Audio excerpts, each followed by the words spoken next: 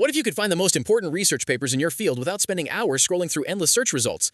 In this tutorial, I'll show you how to use ResearchRabbit to find research papers and build literature reviews faster in 2026. ResearchRabbit is an AI-powered research discovery platform that helps you explore academic papers through citation networks and visual maps instead of traditional search lists. It's used by students, researchers, PhD candidates, and academics who want a smarter way to discover relevant literature.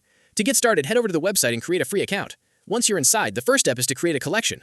Think of a collection as a folder where you'll store papers related to your research topic. Next, search for a few papers that are closely related to your subject. These are called seed papers because they act as the starting point for ResearchRabbit's recommendation system. After adding your seed papers, click the option to find more articles. This is where the platform becomes really powerful. ResearchRabbit analyzes citation connections and relationships between papers to recommend additional studies that are highly relevant to your topic. Instead of giving you a random list of results, it shows a visual map that helps you understand how different papers connect to one another.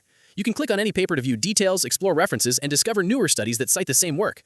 Another useful feature is the timeline view, which lets you see how research in a field has evolved over time. This can be extremely helpful when building a literature review because it helps you identify foundational papers as well as the latest developments. You can also explore authors, track their publications, and discover other researchers working on similar topics. If you use Zotero, you'll be happy to know that ResearchRabbit integrates with it, making it easier to organize references and manage your research workflow. As you continue exploring, save relevant papers to your collection and group them by themes or research questions. This makes the literature review process much more organized because you're building your evidence base while discovering new studies. Based on user feedback, one of the biggest advantages of ResearchRabbit is its ability to uncover papers that traditional search engines often miss. Researchers frequently praise the visual citation maps and recommendation system because they make literature discovery feel more natural and efficient. On the downside, some users say the interface can feel overwhelming at first, especially when dealing with large citation networks, and a few longtime users have criticized recent design changes. Still, the overall feedback remains very positive for literature discovery and research exploration. If you're expecting ResearchRabbit to automatically write your literature review, you'll be disappointed because that's not its purpose. Its main strength is helping you find, organize, and understand the connections between research papers.